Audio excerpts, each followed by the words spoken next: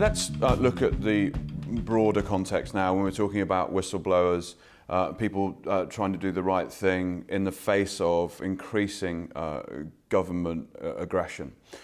We're sitting here in London, of course. Belmarsh's most famous resident, Julian Assange, is sat behind bars for whistleblowing, doing the right thing, talking about what the US were doing, in far-flung places around the world, and the public were rightly, absolutely disgusted.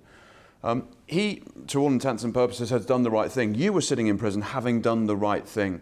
Where are we? And specifically, let's think of the Obama administration. Where are we now with governments using legislation to keep people like you and Julian Assange banged up for morally picking the right path? It's all about retaliation, all about quieting dissent. The U.S. using the Espionage Act, an out-of-date act from the early 1900s. What was fascinating to me is I was accused of violating the Espionage Act, spying against my country. It made absolutely no sense. But the Espionage Act is a very efficient tool for the government to use to quiet dissent. Bringing charges violating the Espionage Act means the government can pretty much say whatever it wants. You'll be limited in how you'll be able to defend. You'll be limited in the type of evidence that you can bring.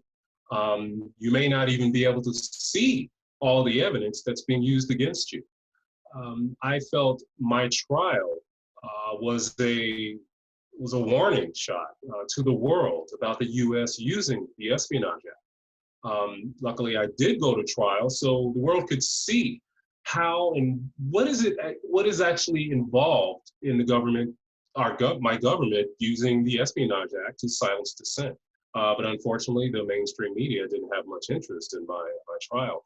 And I do feel that had I been successful in defending myself against that, maybe Julian Assange wouldn't be sitting in Belmarsh right now. Maybe that would have shown the US government that it can't take such a heavy hand and do whatever it wants to silence dissent.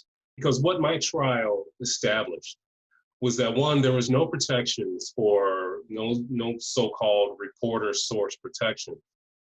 But it also established that they could charge anyone they wanted who supposedly touched whatever information they're saying is classified.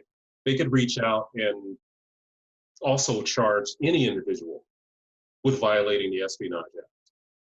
And that's exactly what they're doing with Julian Assange. And they're doing it with the assistance of the UK government because they're entertaining this.